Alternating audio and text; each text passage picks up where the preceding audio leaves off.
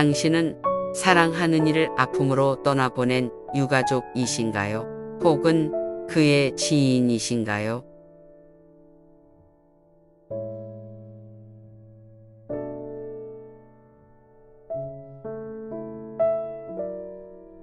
우리나라가 OECD 국가 중 자살률 1위국이라는 사실은 이미 익숙하게 알고 있는 사실입니다. 1990년대 말까지 우리나라보다 자살률이 높았던 핀란드, 스위스, 프랑스, 일본 등은 자살률을 낮추는 데 성공했지만 우리나라의 자살률은 떨어지지 않고 있습니다.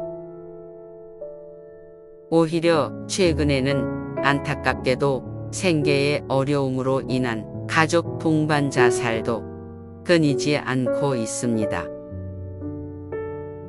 최근 10년간 연간 평균 자살자는 13,000명에 달하고 자살로 가족을 떠나보낸 유가족은 8만 명에 달합니다. 자살은 남은 가족들에게 견디기 힘든 상처를 안겨줍니다. 유가족들은 상실의 아픔만 겪는 것이 아니라 수치심과 죄책감까지 더해지므로 자신의 슬픔을 제대로 표현조차 할 수 없게 됩니다. 아직까지 자살이라는 죽음이 사회적으로 인정받지 못하는 죽음이라는 인식 때문에 그만큼 자살 유가족들의 심리는 다른 죽음보다도 더 복잡하고 힘겨운 것입니다. 자살자들의 자살 원인 중 85% 이상은 정신적인 우울증이 원인입니다. 육체의 질병으로 인해 죽음이 오듯이 자살은 정신적인 질병이 원인인 것입니다. 그럼에도 유족들은 그들에 대한 사회적 낙인이 크기 때문에 자신의 슬픔을 표출하기가 어렵습니다. 이 슬픔의 카타르시스가 해소되지 못한 채로 시간 속에 묻혀가게 됩니다. 어찌 보면 유족들은 자살자와 함께 살아가고 있는 것이지요.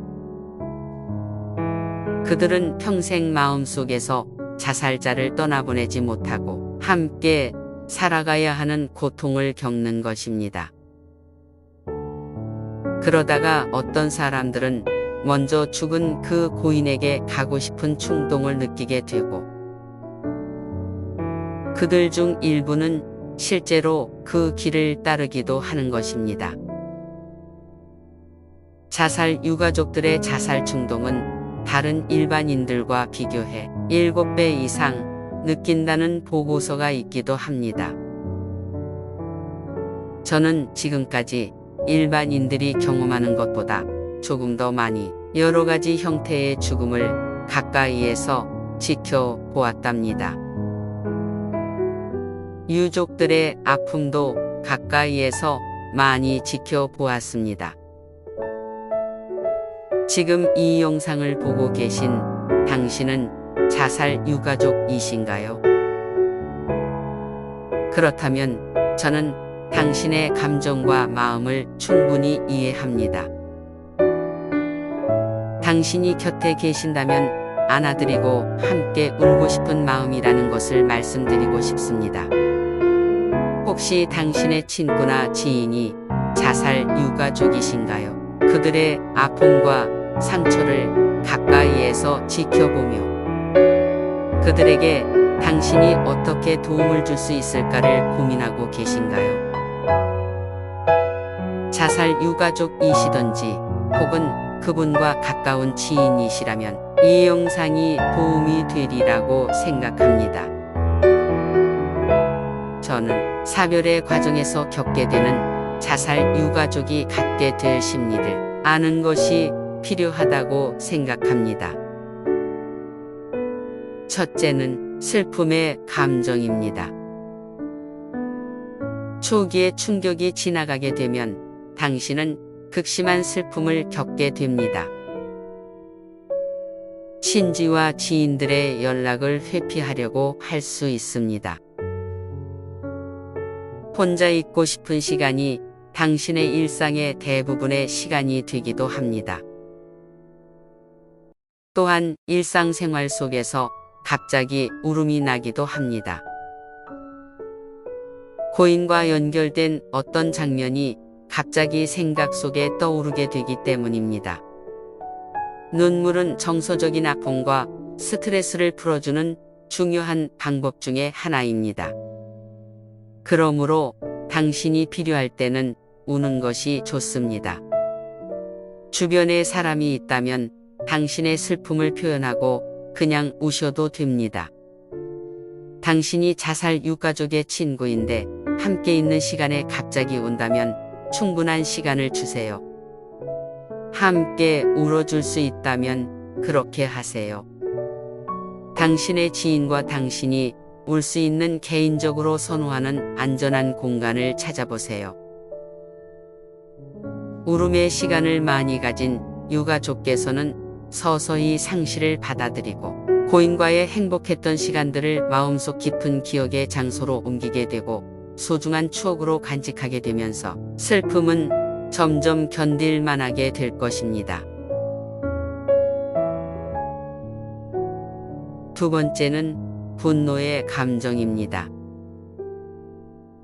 분노는 상실에 대한 자연스러운 반응입니다. 자살 유가족은 삶의 불공정함에 대한 무력감과 아무 일도 일어나지 않은 것처럼 느끼는 다른 사람들에 대한 분노를 느낄 수도 있습니다. 그 분노는 꽤 구체적일 수 있습니다.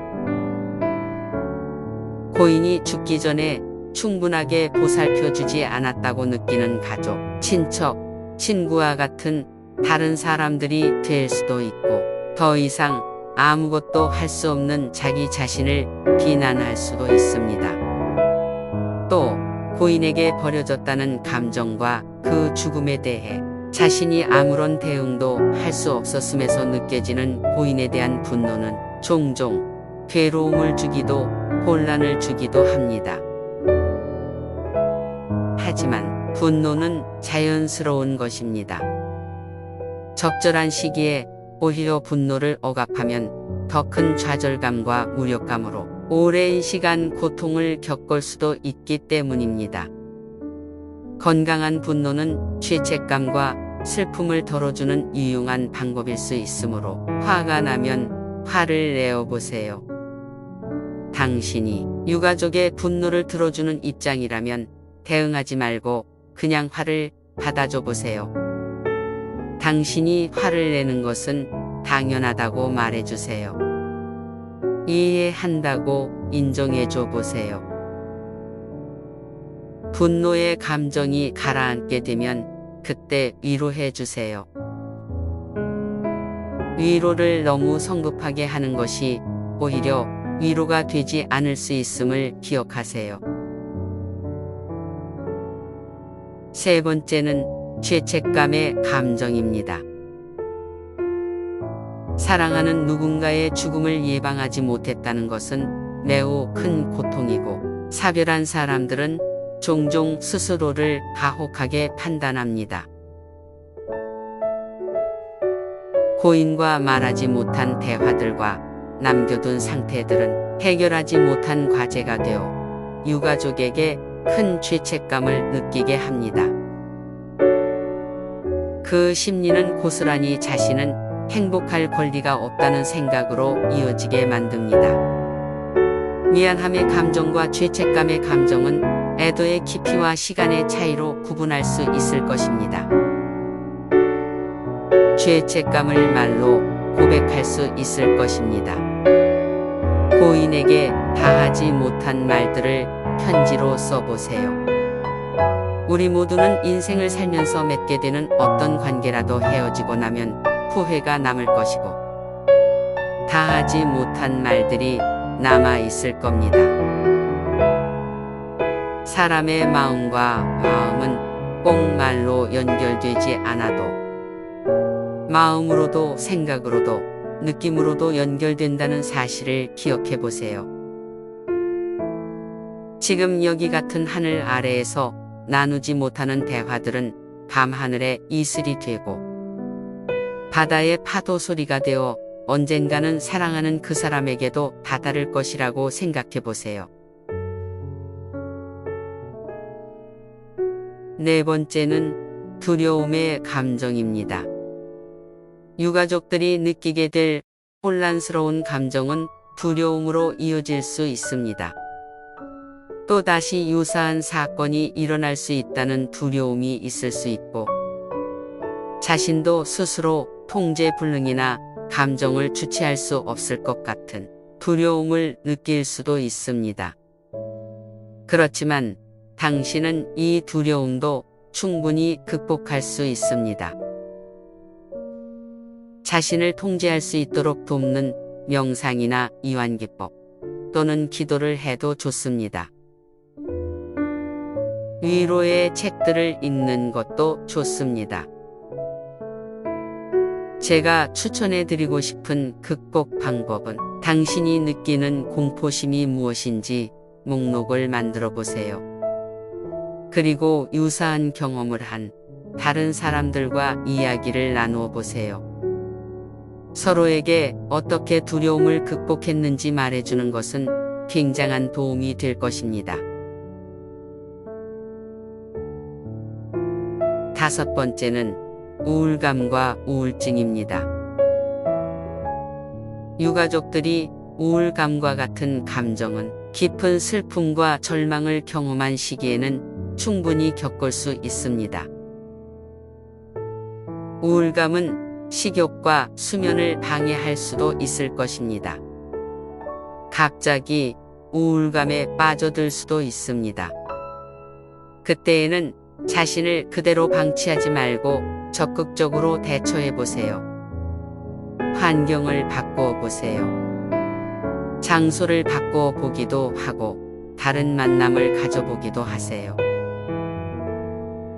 우울증은 우울감보다는 깊은 격리적인 상태라고 볼 수 있습니다. 의사나 전문 상담자의 도움을 받는 것은 결코 부끄러움이 아닙니다. 당신은 믿기 어렵고 받아들이기 힘든 경험을 인생에서 경험하셨습니다. 이 경험 때문에 당신의 존재의 의미가 파괴되어서는 안 됩니다. 당신이 사랑하는 그의 존재가 당신에게 너무 소중한 존재였듯이 당신이라는 존재가 당신을 알고 있는 그 누군가에게도 그렇게 소중한 존재이기 때문입니다. 당신의 아픔을 아름답게 승화시켜 보세요. 그렇게 된다면 당신은 당신과 같은 아픔을 갖고 힘들어하는 다른 이들을 도와줄 수 있는 아름다운 사람이 될 수 있게 되는 것입니다. 당신의 아픔과 눈물이 아름다운 꽃과 향기가 되기를 응원합니다.